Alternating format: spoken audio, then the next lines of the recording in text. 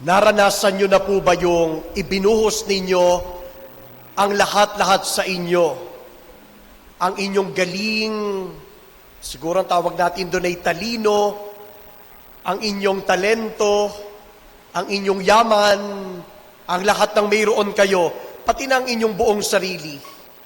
Ngunit sa bandang huli, ikaw pa ang minasama, ikaw pa ang binaliit, at ang mga tao'y hindi nawawala ng sasabihin patungkol sa iyo, totoo man o hindi. Alam nyo, sa Panginoong Yesus, hindi po yan bago, sapagkat yan mismo ang kanyang karanasan sa Ebanghelyo. Maraming pagkakataon, ganyan ang ating naririnig, kung paanong ang Panginoon ay paulit-ulit na nire-reject ng mga tao na mismong nasa kanyang paligid. At hindi basta paligid, kasi mayroong tatlong grupo ng mga tao na narinig natin sa Ebanghelyo ngayon. Ang unang grupo ay ang mga mismong relatives ng Panginoong Yesus. Sa Tagalog version ng ating gospel, ang ginamit na salita ay kasambahay. But it must be clear to all of us, kasi ang pagkakaunawa natin ngayon sa kasambahay ay house help. Hindi po yun ang kasambahay na tinutukoy. Kasi ang Biblia, alam naman natin, yan ay matanda na, kaya kapag sinabing kasambahay, ito yung mga taong kadugo ng Panginoong Yesus. Ang Panginoong Yesus ay busy sa paggawa ng makabubuti para sa sambayanan. Pakikinig sa mga nagdadalamhati, pagtuturo sa mga sumusunod-sunod sa Kanya, pagpapakain sa mga nagugutom, pagpapagaling sa mga may karamdaman, at minsan nga ay pagbuhay pa nga sa mga patay. Anong masama ang ginawa ng Panginoong Yesus? Malinaw, wala siyang masamang ginawa. Ngunit, ang mga tao ay mayroong kanya-kanyang reaksyon. At una na nga dito ang kanyang mga kamag-anak, sang-ayon sila sa usap-usapan ng sambayanan na ang Panginoon daw ay nawala na sa katinuan. Isipin nyo yon. Ang ganda-ganda ng iyong ginagawa, puro pag-ibig at paglilingkod, tapos sasabihan ka pa ng sira ang ulo mo. At ang kanyang mga kamag-anak, ang sabi doon ay, pupuntahan ang Panginoong Yesus para pauwiin na. Dahil pinag-uusapan ng lahat na siya'y baliw. At ang kanilang takot marahil, masabihan sila dahil kadugo sila ni Jesus, pati sila ay masabihan din ng baliw. I would like to imagine, halimbawa kaya na ang Panginoong Yesus ay, let's say lang nanalo sa loto. Sila kaya'y pupunta rin doon, yung mga kamag-anak, para sabihin sa kanyang, umuwi ka na, at ikaw ay parang baliw sa iyong ginagawa. O baka ang sasabihin niya, huwag mong kakalimutan kamag-anak mo kami. Basta kapag nagkahatian, dapat mayroon kami. Kapag ang tingin ng iba'y kahihiyan, ang gusto ng mga kamag-anak ay ilayo ang kanilang sarili. Pero kapag karangalan, kayamanan, karangyaan, ang lahat ng tao ay gustong ikabit ang kanyang pangalan sa isang taong sumisikat at sasabihin niya, kamag-anak ko yan. Ganon-ganon ang mga kamag-anak ng Panginoon. Kaya noong usap-usapan at ang tingin nila'y kahihiyan, yung pinasok na iyon, bagamat mabuti ang layunin ng Panginoong Yesus, ang gusto nila'y supilin si Jesus. Nakaranas po ba kayo ng mga pagkakataon na ang mismong kume-question sa inyong kakayahan, sa inyong dalisay na intensyon, ay ang mga mismong kaanak ninyo? Isa po yan sa pinakamasakit na karanasan ng isang tao. Hindi na yun hindi na yung husgahan ka. Simpleng bagay katulad ng mga business. Alam nyo ba, sabi doon sa isang pag-aaral, yun daw mga taong nagbi-business, ang kadalasang hindi sumusuporta dyan ay ang kanyang mga kamag-anak. Halimbawa, ang kamag-anak ay mayroong itinayong isang tindahan, yung mga kaanak niya hindi bibili roon. At kung bibili man, sagad-sagad na discount ang hihingiin yan. Kasi, kamag-anak. Pero kapag umunlad, yung kanilang kaanak na nagsikap sa buhay, ang lahat ng tao ay gustong ikabit ang kanyang sarili doon. Don't forget us. Kasama mo kami sa karangalang iyan, pero nung nagdurusa, nasaan lahat ang mga kamag-anak na iyan? Ito na naman, graduation. Susunod dyan ay mga board exams. Susunod yan, kalat na naman ng mga tarpaulin na mga makapapasa sa mga iba't ibang board exams. Lalabas na naman ang mga kamag-anakan. Kamag-anak ko yan. Pero kapag kahihiyan, di ko kilala yan. Sino ba yan? Ganyan ang mga kamag-anak ng Panginoon. Ang ikalawang grupong binanggit sa Ebanghelyo ay ang grupo ng mga iskriba. Iba naman ang nasa isip nila. Ang sabi nila, kaya daw ang Panginoong Yesus ay nakagagawa ng maraming mga kabutihan at kababalaghan sapagkat si Jesus daw ay tinutulungan ng prinsipe ng mga demonyo na tinatawag nilang Beelzebul. Again, ang ganda-ganda ng iyong ginagawa, tapos sasabihin kang kademonyokan ang iyong ginagawa. Masakit yun. At ang ginawa ng Panginoong Yesus, hindi naman niya pinagalitan yung mga nagsasabing ganon. Ano ang kanyang ginawa? Hindi niya pinansin yung mga taong nagsasabi ng masama. Ang ginather niya, sabi ng Ebanghelyo, ay yung mga taong nakapaligid sa kanya upang linawin niya kung ano yung aligasyon sa kanya. Ang sabi niya, kung ako'y sa demonyo, paano mangyayaring ang ginagawa ko'y kabutihan? Kung ang demonyo ay prinsipe ng kasamaan, hindi ba? Kapag si Satanas ay lumaban sa kanyang sarili, babagsak ang kanyang kaharian. Kasi kabutihan kay Jesus, kasamaan sa Diablo. Hindi pwedeng pagsamahin yon. Kasamaan kung kasamaan, kabutihan kung kabutihan.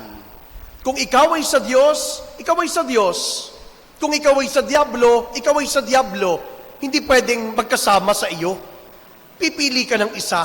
Hindi pwede ang mamangka sa dalawang ilog. At sa bunga ng ginagawa ng Panginoong Yesus, alam natin na ang kanyang ginagawa ay tanging pawang kabutihan. Ngunit kahit ang kabutihan, hindi lahat na-appreciate. Gumawa ka na ng mabuti, ikaw pa ang masama. Ganyan talaga. Sabi ng mga kabataan, di ba? Ano yun? Haters gonna hate. Bashers gonna bash. That's their nature. Kaya nga tinawag na basher, because they bash. Kaya nga tinawag na hater, because they hate. Alangan namang haters gonna love. Perhaps they will love, but they only love hating. Kaya wag tayong magtaka. Hindi dahil sa ginagawa mo'y mabuti, ay magugustuhan ng lahat. Sadyang ang mundo'y maraming inggitero. Laging mayroong sasabihing masama, kahit ang layunin mo ay mabuti. At minsan ay hindi mo kasalanan yon. Problema nila yon.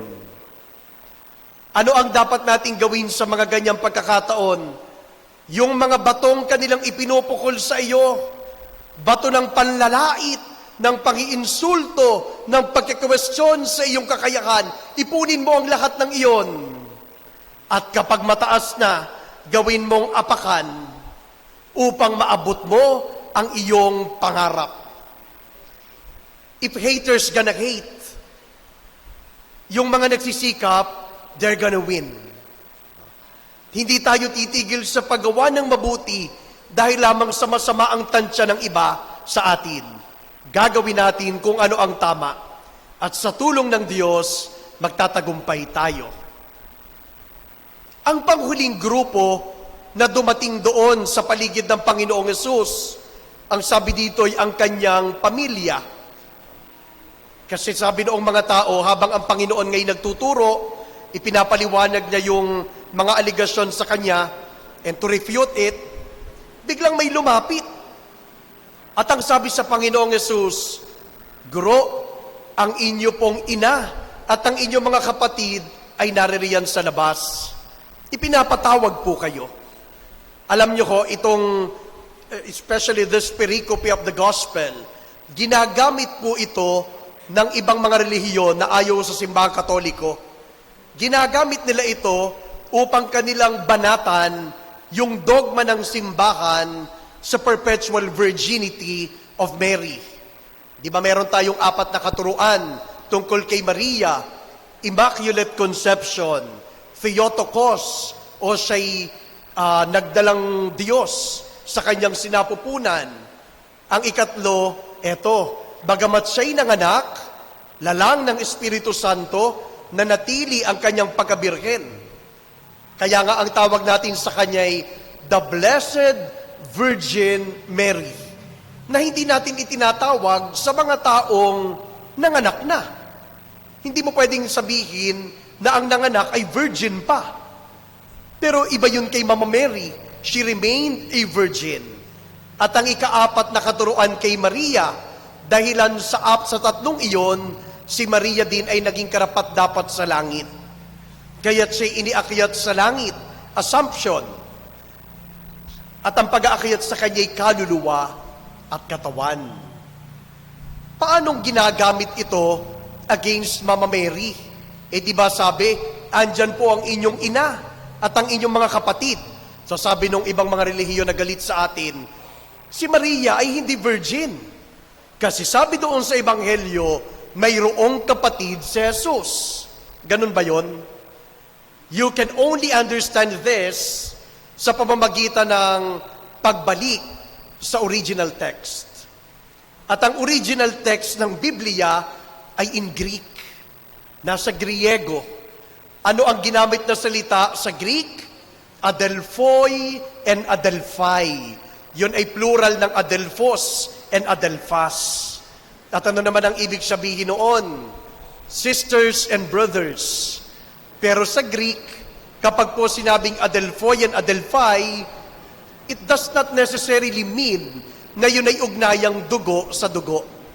Example, hindi ba sa simbahan, ang tawag natin sa isa't isa ay sister, brother? Magkapatid ba tayo? Isa ba ang nanay natin? Pareho ba tayo ng ama? Hindi. Pero bakit natin tinatawag ang isa't isa na sisters and brothers? Yun ang Adelphos and Adelphai. Sa pamamagitan ng pananampalataya, tayo ay nagkaroon ng ugnayang hindi sa dugo, kung hindi puso sa puso, sa pamamagitan ng Panginoong Yesus. Kaya ibig sabihin yung tinutukoy doong mga kapatid, that is for lack of words. Kasi di ba sa Tagalog, kapag tinagalog mo ang brother, paano? Alam nga naman sabihin mong kapatid na lalaki, wala tayong direktang katumbas ng brother. Sister, wala tayong katumbas na direkta, kaya ang tawag natin, kapatid. Kaya ang tinutukoy dito, na nandyan ang inyong ina at mga kapatid, ang ina ay si Maria, ngunit ang mga kapatid could be the apostles. Kasi alam naman natin, si John the Beloved, very close kay Jesus. Itinuturing niyang parang kapatid, malapit sa kanya, literal. Noon ngang nasa uling hapunan, nasa dibdib ni Jesus si John. At ang ugnayan niya, kahit na hindi sila magkapatid sa dugo, ay magkapatid sa puso. Kaya wag po kayong maniniwala kapag sinabing, si Maria may anak yan, kasi sabi kapatid daw. Hindi po. Kailangan nilang balikan ang original text in Greek, so for them to understand. At ano ngayon? Ang tanong ngayon ay, bakit sila nandun? Ano ang gagawin doon ng kanyang ina at mga kapatid? Bali-balita na ang anak ay usap-usapang baliw. Bali-balita na ang kaibigan na si Jesus ay inaalihan ng demonyo. Nando doon ang kanyang mga kapatid. Nandoon ang kanyang ina para sabihing, anak, huwag mo nang pansinin yung sinasabi nila. Magpatuloy ka lang. Kapatid, kung ano ang pinagdaraanan mo, lilipas din yan. Basta alam mong ang ginagawa mo ay tama, laban lang, alaksan. Kapatid, mahirap ngayon ang sitwasyon, pero ang lahat ng ito'y lilipas din. Ganon ang kapamilya. Ang kapamilya, hindi man dugo sa dugo, they will encourage. They will never destroy you. Kapag ang tinuturing mong kapamilya, kadugo man o sa puso, ay sinisira ka, hindi kapamilya yon, kaawa yon, nagpapanggap lang yon. At ang Panginoong Yesus, bagamat mayroon sa mga detractors, may mga tunay na nagmamahal sa Kanya. Una yang Ama, Amang nasa langit, ang Kanyang ina, na kailanman na hindi siya tinalikuran. Sabihin niyo na lahat ng masama sa aking anak, ang anak ay anak. Ang mahal ko'y mahal ko sapagkat yan ay akin. I just hope and pray na ang bawat isa sa atin ay magkaroon ng ganong kaibigan, na sirain na tayo ng lahat. Ngunit ang tunay na kaibigan ay mananatiling naririyan, at kahit tayo minsan ay lugmok na, tutulungan tayong umahon. Kahit na minsan tayo hirap na, tutulungan tayong magsimulang muli sa mga pagkakataon na sinisira tayo ng mundo. Magpapatuloy tayo, lalaban tayo, hindi dahil tayo'y malakas, kung hindi dahil ang mga tunay na kaibigan, kahit kakaunti, naririyan sila. Magkakapamilya dito, maging lakas po kayo ng isa't isa. Wag po kayong magsiraan, mag-akayan, magtulungan. Minsan kahit sa pamilya may umaangat, economically, yung iba'y mababa, tulungan nyo yung wala. Huwag nyong apakan. Pinili kayo ng Diyos na maging kapamilya para tulungan ninyo ang isa't isa nang sa gayon, walang naiiwan. Lahat tayo'y sabay-sabay na umaangat sa grasya ng Diyos at sa pagsisikap ng tao. Tulungan sana tayo ng Diyos sa liwanag ng ating mga pagbasa upang tayo rin ay hindi lamunin ng lungkot sa mga sandaling hindi tayo na-appreciate. At sa mga pagkakataon na tayo naman ay lugmok, naway maging lakas natin ang isa't isa, hindi dahil sa tayo magkakadugo, kung hindi dahil sa isa ang pintig ng ating puso. At ang tibok ng ating damdamin, ang sabi ay, Jesus, Jesus.